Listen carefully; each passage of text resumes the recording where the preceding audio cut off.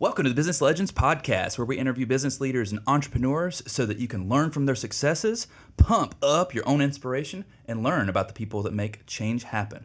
I'm the host of the show, Reese Allen, along with my co-host, the best co-host in, we'll just say North Carolina, Christian Webb. Say what's up.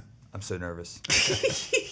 He is not, by the way. This is our 52nd episode, and I can't believe it's been, wow, years in the making. But today we are joined by the mighty Viking himself, all 8'8" of Jay. How do you pronounce it? Like Offerdahl? Offerdahl. Jay Offerdahl with Viking Mergers and Acquisitions. That wasn't just a silly joke. So, Jay, thank you so much for joining us this morning. Thanks for having me. Oh man, I am excited about this specific show. We were talking about watches and cars and all the things that I love. The only thing that we have to talk about, just to get me a little bit more in the zone, is football. I know you're a Vikings fan. I know you're having a good year. You have to be a Vikings fan, surely. My dad was a Vikings fan. Okay, who do you root for now? Panthers, since they're here.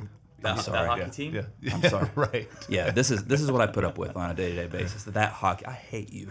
He does this just. Do you know the Panthers never had back-to-back winning seasons in the 26 They don't make years? back-to-back Because they don't make back-to-back good decisions. It is that is very painful. My heart is just like a Viking. You have As they shot me cut cold. Baker 2 days ago or something. Yeah, he actually Just moved. cut him. Yep. Didn't even trade for anything. Bye-bye. So, well, actually, there's something to that. So Baker was asked to be waived. They cut him yesterday, and he is on.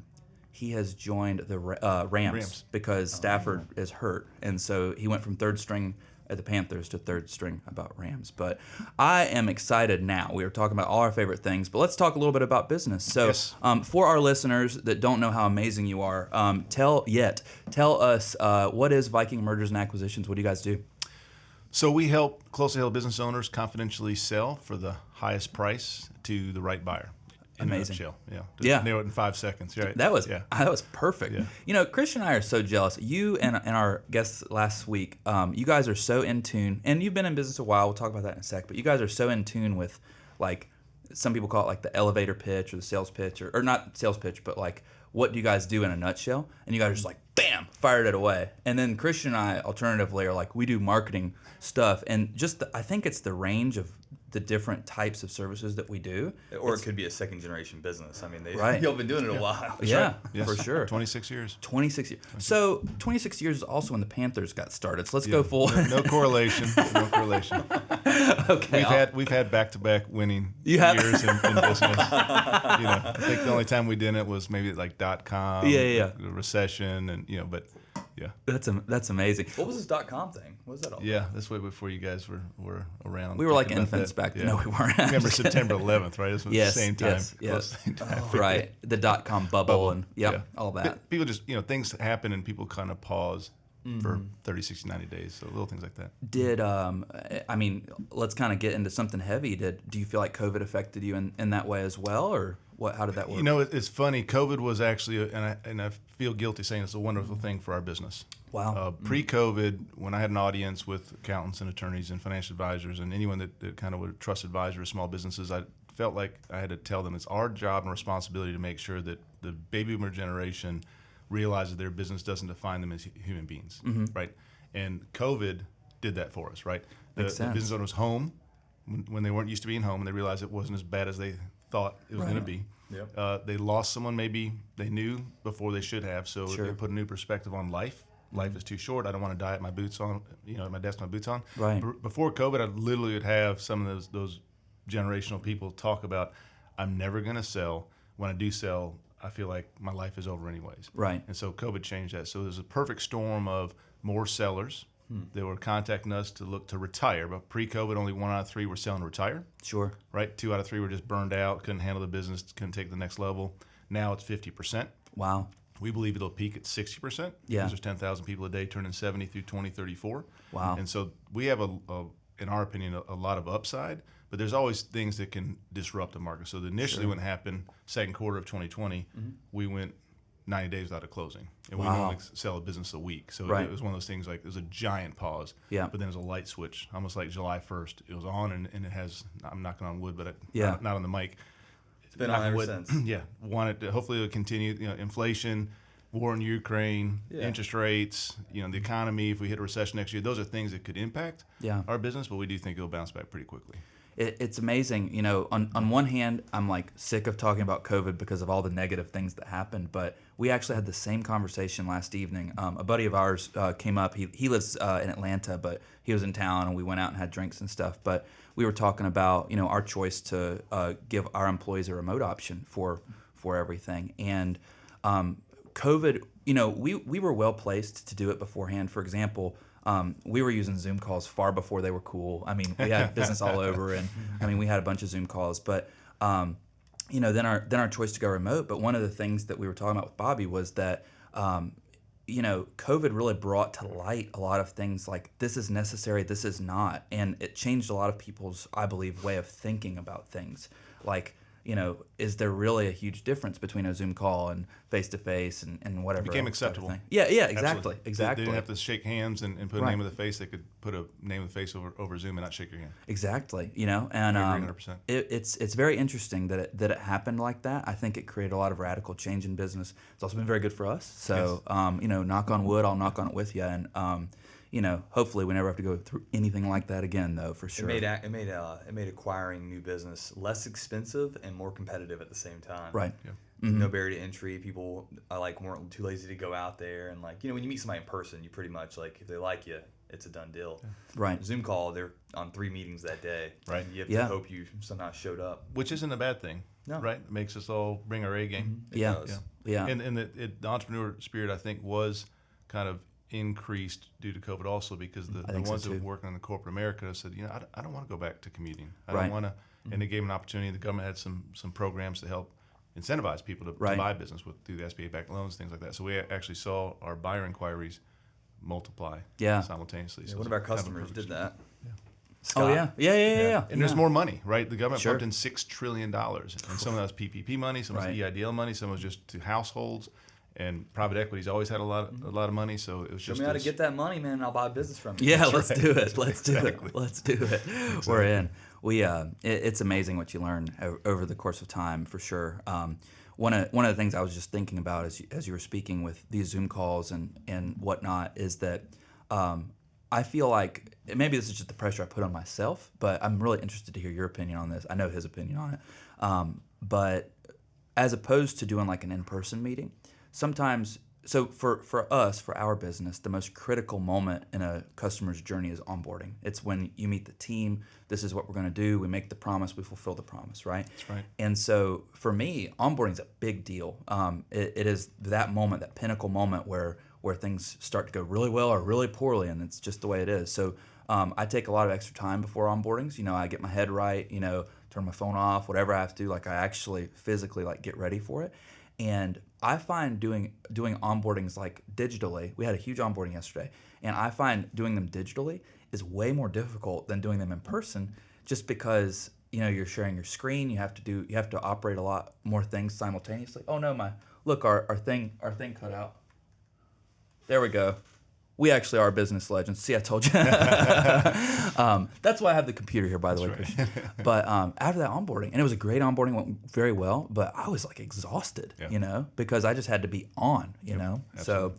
So do you feel like you've encountered anything like that since kind of transitioning the type of business? Yes. I mean, you're talking about the COVID impact in COVID general? impact and digitizing some things that maybe used to be belly up to one another. Yeah, well, for us, we're really looking for a relationship and not just a transaction. That's Sure. why we've opened up additional offices and have kind of 10 offices around the Southeast. Our goal is actually to be true advisory to business owners, because most business owners aren't prepared to sell. So meeting with them and for them to realize we're not selling them on selling is critical. Step Sure. one. Yep. To your point, you know, meeting expectations. So step two for us is the valuation. And our onboarding, similar to you, is if it's less than 2 hours, I don't feel like we've done our job. Wow. Because it's their first Makes sense. time normally that Right. they're selling. It's normally their biggest asset. And besides losing a loved one, getting married, having kids, congratulations. Yeah. Thank you, Yeah. Selling your business is the fourth most emotional thing you do. I believe So that. if you haven't done the other three in the Well, last you know, maybe 5 buying a car is what I'm saying. I'm just kidding. Right, I'm just kidding. yeah. I'm just kidding. Yeah. If you haven't done the other three in the last 5, 10, 15 years, then it becomes the most emotional thing and your biggest asset. Sure. And the first time you've done it. Right. So we really feel like we got to tell people like literally 7 times what to expect in negotiations and offers and due diligence and quality of earnings and legalities, all the aspects and dealing with accountants and attorneys. it's a big deal and it's an emotional deal, and we don't take that lightly. Yeah. Oh, I don't even know what that would be like. Like I'm sitting here thinking, like if we're like 5 more years in and we're like about to He sell wants our to business. sell BMSG. He's sick of dealing with me. No, dude. If I He sold doesn't. If we sold this business, I think I might lose a tear. Yeah. Let me ask you a question, and it's not a trick question. Mm-hmm. Why do you start a business? For me, my honest answer to that would be autonomy. Okay. Because I'm unemployable. And he can attest to this. So fun fact: for a brief period of time, he was unhireable. Unhireable, unmanageable. He was my manager. So this thing keeps going off. Just leave it off. All right. But so we've had several careers together. Well, not really careers, but we've had several jobs together and now careers together. But when we first met, we worked in the nightlife, and then we became personal trainers. Weird long story, but he ended up becoming my manager, and we were best friends at the same time. And that's probably like the worst year of his life, because he would tell me to do stuff. He'd be like, "No, I'm not going to do that." Like, just We're friends. I don't care what your title says. Yeah. What, you want me to attend a meeting? You're not paying me for it? No, I'm not going. Like, and that's the way I was back then. Like, I was so much worse than I am now. But things change. Very similar still. Yeah. So there's emotional reasons, Right. Sure. but the reality is you start a business to set it up to sell. Yeah. Right? Everyone hears that you start with the end in sight, Right. end in mind, Yeah. and get there. You gotta have an but exodus most somehow. of us, including myself, often go through our business journey with blinders on, and we're not thinking long term. I think every Sure. business owner, whether you're going to sell this week, this year, or in 10 years, you should always be playing long ball. You always run your business as if you're going to own it forever, but be mentally and physically and emotionally prepared to sell it the next day. Yeah. But most business owners aren't in a position to sell. Right. And so That they makes don't think sense. about it. And Yeah. a lot of things we tell people, like, do you know what your business is worth? Most business owners have an idea. Maybe they ask their accountant, and some accountants do know. Mm-hmm. But until you do that valuation and put that stake in the ground and actually look at it from someone else's perspective, you may be running your business in a way that really doesn't make it attractive to a third party Yeah. suitor. And even if you want to start, a lot of people that buy a business say, "Oh, I want to buy this business and I want to give it to my kids," right? Right. It's like, okay, unsolicited advice. That's not the reason you start a business. Yeah, right? sure. Now, if that ends up happening, Right. I'd rather you still not give it to your kid. I'd rather Right. you sell it to your kid. Sure. Right? Yeah. Solidify your own retirement, then have the cash to help them if they're in a tight spot. But Right. You start a business to set up to sell it. Yeah, that's a very interesting viewpoint, because you're absolutely right. One of the things, so Christian and I weekly we have what we call an owner summit, and maybe I shouldn't say this on air, but it's true.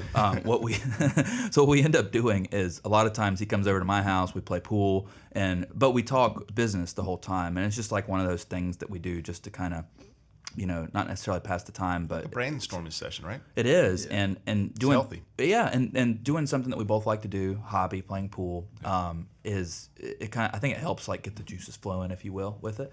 And one of the things we've had many discussions about is scalability, And one of the things that we've discussed is our own input into the business, which is to say, God forbid I get sick tomorrow or something, or he gets sick, or whatever. Obviously, none of us want any of that to happen. But how do we keep the show going on? And we've learned how to do it. When Harper was born, his daughter Harper was born. I had to pick up a little bit of the slack. I was easily useless for a month. He wasn't useless, but he was like, it was funny. He's more replaceable than he thought, right? No, I think no. we're all that. I tell people like there's no one that's irreplaceable. Yeah, Right. And I think when you run your business, you go to seminars and they always say, well, you got to work yourself out of a job. I've been doing this 26 years. I've seen 800 business transactions. So it means we normally meet with 7 business owners for every one that's, right time, right price, right industry, whatever it is. So Right. multiply that 800 times, 6 or 7. That's how many business owners I've been in contact with Sure. over 26 years. And very few times do I meet a business owner that truly can check out Yeah. for 2, 3, 4 weeks and Mm-hmm. go to Europe and be totally off the grid, right? So I tell all business owners, like, when you go to those seminars, put a little grain of salt in that. Like, it's very few times you actually get to that point. Right. We know through our associate with the EO, only 10% of businesses even hit $1 million in top line revenue, Right. right? You can't hire a management team until your bottom line is multiple 7 figures, Right. And the probability of doing that is very minimal. So I always tell business owners, like, you definitely want to try to surround yourself, obviously, with great talent and have job descriptions and be able to cross-train and they can do different jobs.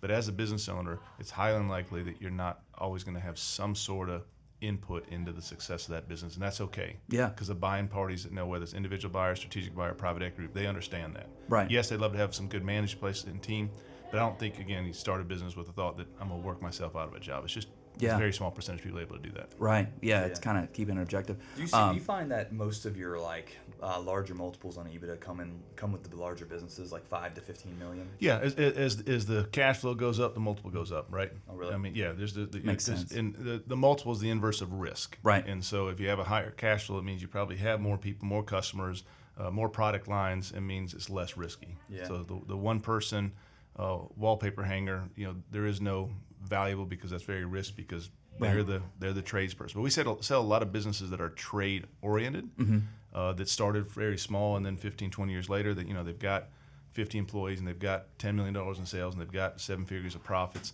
But it definitely is an art, not always a science when it comes to valuing a business. I have a super off the wall question for you. Great. It's just crazy off the wall. I'm just listening and just like, and then we're gonna take a brief intermission. But have you ever thought about like teaching a college course on? Have you ever done it? 100%. Or Yeah. yes, I was gonna love say. it, and if I'm 48 now, and I know I look 58, and I don't have. That's a weird way to say 28. I don't have an end game, but one of my thoughts is, whenever Viking needs to go in the hands of someone else to take it to the next level, because Yeah. I'm getting close to my invisible ceiling after I bought my dad out 7 years ago. Is I'd love to be the trainer for Viking Sure. in the offices. So let's say we go from 10 offices to 20 to 40 or whatnot, and kind of travel and train. Yeah. But then when that gig is up, then I think being a college professor would be really neat. You'd be opportunity. awesome at it because Well, you're sitting here thank talking you. business stuff, and I'm just like, I would definitely take that Well, course. if you So think let me know. about the professors you had, Yeah. the ones that had real world experience, like there's some great professors that just went straight from undergrad to grad to Right. doctorate to teaching. Yep. But the ones that actually went out there and did it and have the bruises, right? I'm very open about the challenges I've had. Sure. We talked earlier, 2009. That was a tough year. For sure. And a couple years before that, I went through a divorce. So I lost half my net worth and then lost the rest of it in 2009. And until you're at the brink of bankruptcy, Yeah. you don't know what challenging in being a business owner is. Yeah. And so having that, empathy is one of our core values. Having that empathy of knowing what it's like to sweat a payroll and borrow money to buy my dad out and Yeah. have a personal guarantee the debt and then put a second on my real estate holdings. It's those things like Yeah. only business owners Yeah. understand what that's like. For sure. We're going to take a brief break. When we get back, I think we're going to talk about company culture. And we're back. So now we've discussed in our intermission, we have discussed literally everything that I like. The only thing that we're missing talking about is women, and we are not going to talk about that on Business Legends. But we have talked about watches, cars, beers, business. What am I missing? Football. And football. This is like the best episode ever, just for the record. So I want to kind of get into talking about company culture. One of the things that you said before intermission was your core values. Which one did you mention? Because I know you have Empathy. Empathy. Yeah. I'm huge on company culture, so much that Christian will roll his eyes because I talk about it on an almost daily basis. But you have this amazing company, Vikings. So you have that awesome Vikingness. I love Viking stuff. And so what did you guys do? You've been in business 26 years. What did you guys do from a core value perspective to give yourself like this is the ground we stand on, or the hill we die on for the Vikings? I don't know if I can sum that up in a short time period, but I'll say that when I bought my dad out in 2015, he and I were just in the trenches. We just worked, and his exit strategy was me.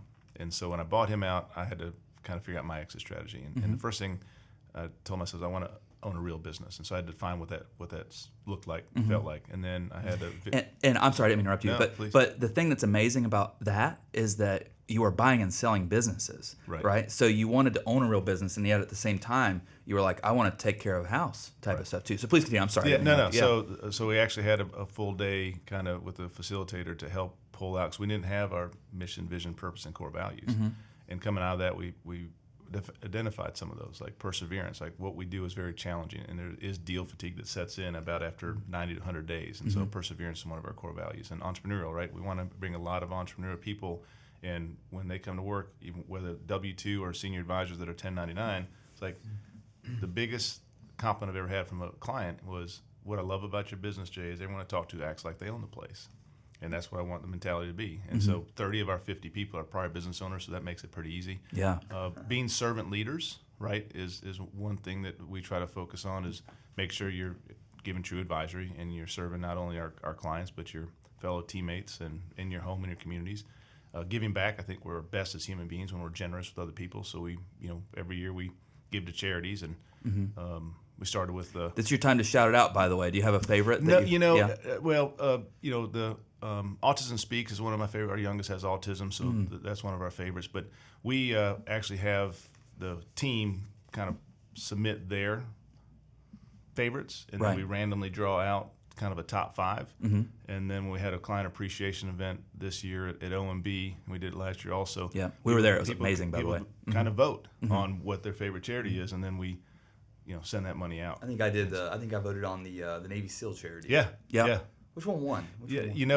Embarrassingly, I don't remember. I apologize. I think we had something pink for breast cancer. We had the Autism Navy Speaks. SEAL guy. Yep. And he was actually there. He was there, and that was for kind of PTSD, right? Did I say that correctly? PTSD. Yep. Yep. But it's neat, right? So everyone gets to kind of vote on that and show their support, and That's then so Viking cool. gives back. Yeah. So, and I don't know. I think culture just evolved from that. I don't know if I really did a great job doing anything more than trying to lead by example and show up, bring people around that want to give back, right? And again, truly serve our clients' best needs. That's amazing. We talk about that a lot. Christian and I, we like to do philanthropic things, but we never really implemented it into our company culture. Yeah. Now we're very lucky. We have a tight team, and I always brag on our team. One of the things about our team is that we choose to do things, I should say, outside of work together. Not just him and I have been best friends for over a decade, but people within our team, we do stuff together, and I don't know. It's amazing to me how silly things can become an integral part of your culture. For example, one of the things that we like to do is the Samaritan's Purse. Yeah. We have 2 things coming up. We have the Samaritan's Purse thing. Oh, I got to talk to you about that. We have the Samaritan's Purse things coming up, and then one of our business partners, his name is Josh Weaver. He owns a business called Impact Direct, and his thing is called Bikes for Tykes. Yeah.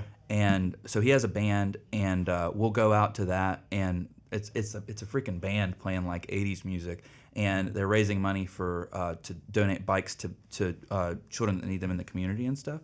And to me, we never have more fun. No matter what we do, I love going to a Panthers game and watch the Panthers win, which is catching a unicorn in a blue sky or something like that. But there's nothing more fun than doing something like that. And one of my big things or core values of myself is that you can have fun while you're doing it too. What's more fun than watching a band play and doing something cool at the same time? I joke about when we do the Samaritan's Purse thing. So I'm a big tailgater, big Panthers fan. We've been through that or whatever. And whenever we do the Samaritan's Purse thing, we pregame it, we tailgate it. So, that's great. We haven't done that. We do something quarterly. We have not done the pregame. We're actually doing Bright Blessings this Friday. That's amazing. But pregame once a quarter, we try to do something for a half day. Yeah. And whoever is available to show up shows up. But I have not implemented the pre-game on that, but maybe. Oh, it's so much fun. Maybe it's something we At Bright Blessings, that might be a little awkward. But exactly. Well, just get some gum or something. It'd be all right.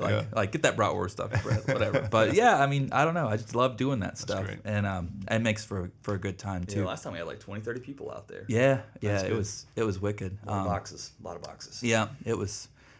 Christian and I, larger gentlemen, we always end up having to lift the heavy stuff or whatever. So you got to pregame it. That's right. You got to loosen the joints, get ready. That's right. Next 2 days, I'm always having nightmares about boxes. Oh yeah, and getting like cardboard paper cuts and stuff like that. But anyway, it is what it is. So something I want to know is like you said earlier, you met so many business owners, thousands, right? Yes.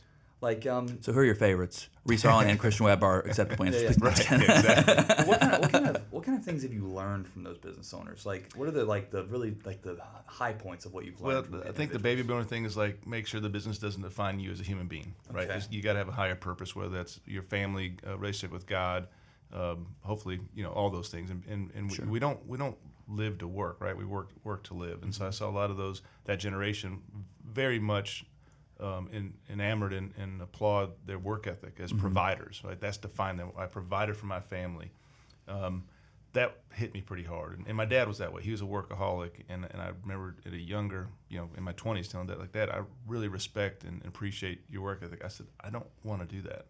And he was good with that. And so, and I think I actually influenced him. I actually started closing the office at 2 o'clock on Friday because he was one of those mentality, like he had to be the first one there and the last one to leave. I said, all right, well, everyone's leaving at 2 o'clock on Friday then, because you don't need to be the last one here. Right. I also realized, I had that 10-year vision when I bought my dad out, and I also realized a lot of business owners hit an invisible ceiling around year 7, and going back to they're not aware enough to realize they need to surround themselves with smarter people that can help them break through that invisible ceiling, or that is also a time to consider exiting and locking in your gain.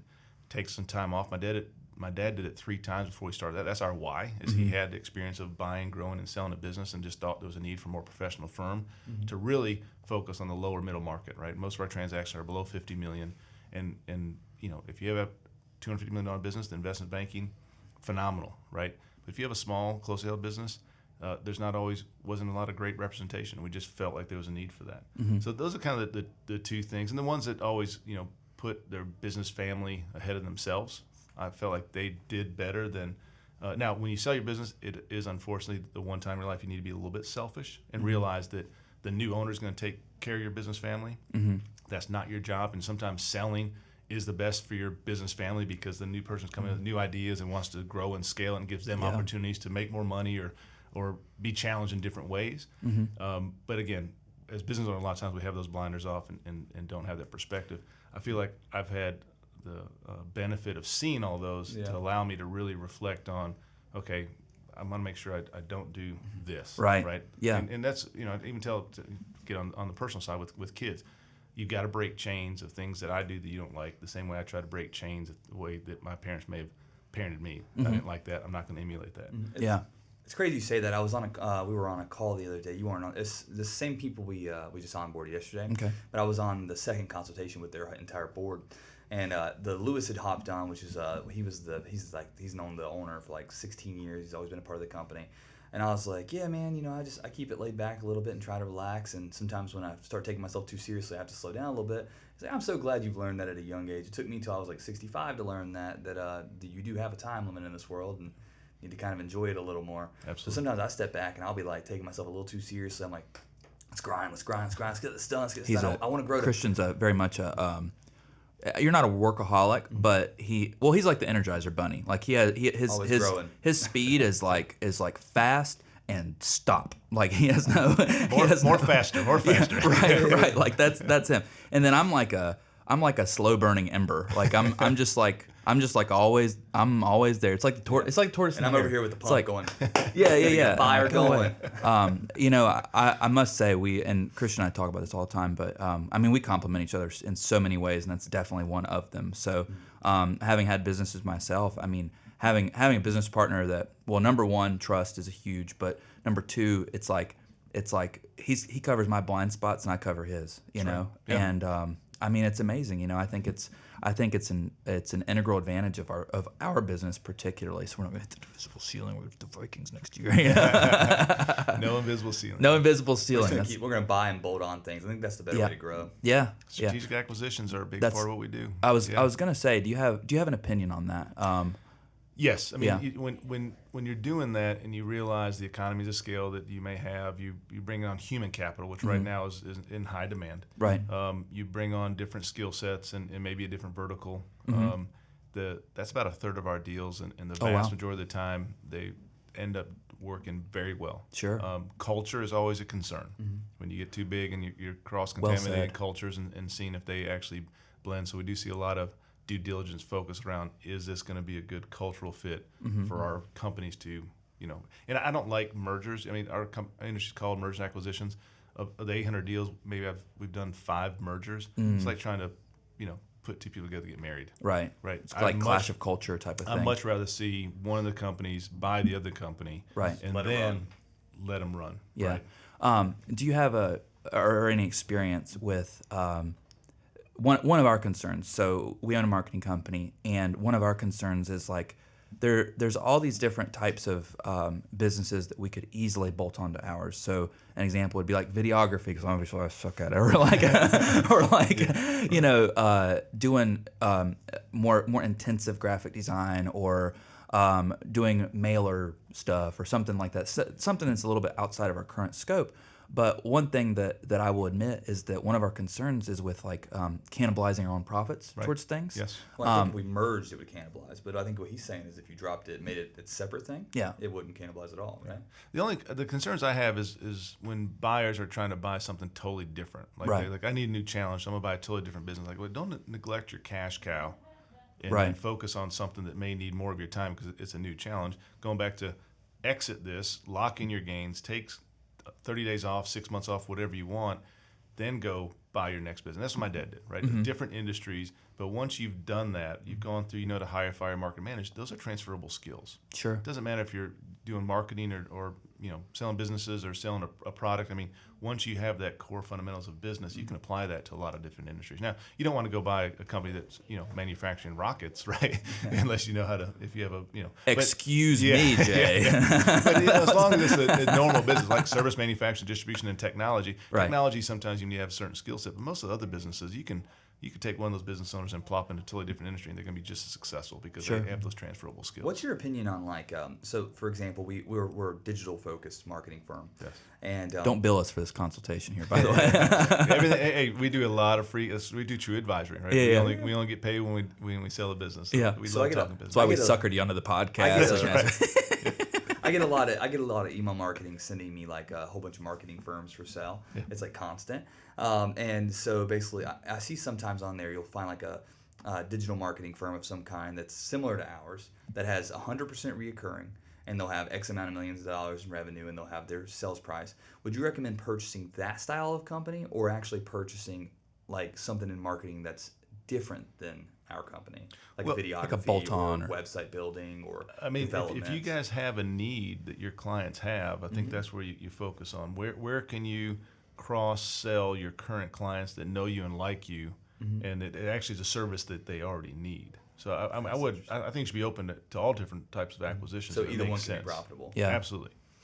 Comes down to the bottom line. You two only know what your clients need and what you guys feel like you should try to add on to your existing business. Yeah. Growing organically can be, long haul, and that's why, a lot of the business owners are thinking, hey, I can buy more business in 5 minutes than I can grow in the next 5 years. And people think training and growing organically is cheap. It is not. No, it's very expensive to grow. Yeah, so expensive. By buying cash flow, especially a business already making money, and especially if it's below $6, $7, $8 million, and you utilize the SBA program, you have a 10-year financing, and you can buy it for 10% down, and I mean, you already have an existing business that's servicing your lifestyle.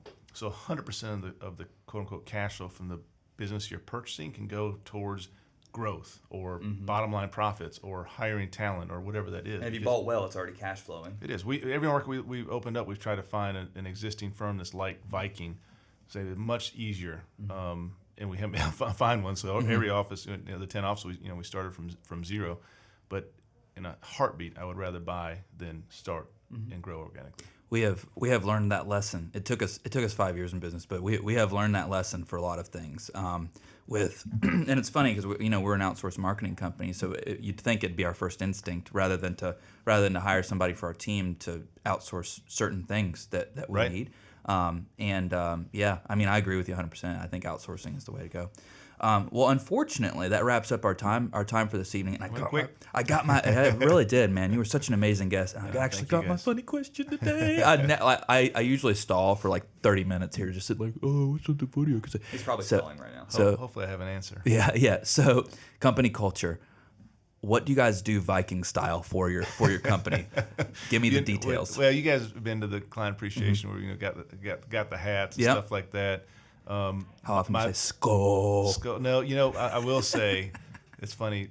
This is perfect. We had our first conference last week, and for the conference, we had I think 46 of our 52 people show, which was awesome. It's amazing. And everyone get like company swag, and we had a coffee cup made, and from afar, all you saw was our logo Viking, and this is going to go. Hopefully, I can explain it well enough over Yeah. the microphone. But so it said Viking. You can see that from 10, 15 feet. Right. But in a small print above Viking, it said, "Don't make me go."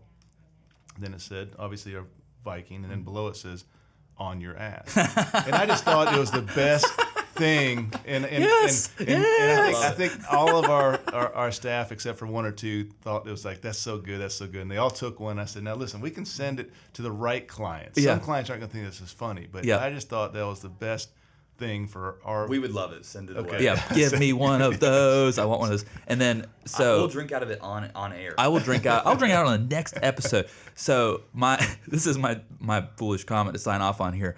But so for your Christmas party now, what you got to do is you got to bring those, and you have to do red punch, and so then you can say you're drinking the blood of your enemies. Blood of your enemies. There you go. Skull. Yes. Skull. Well, on that happy note, Jay, thank you so much for joining us and Thank putting you, up gentlemen. with us. And let's go That's get some awesome. lunch. Yeah, let's go get some lunch. Thanks, guys.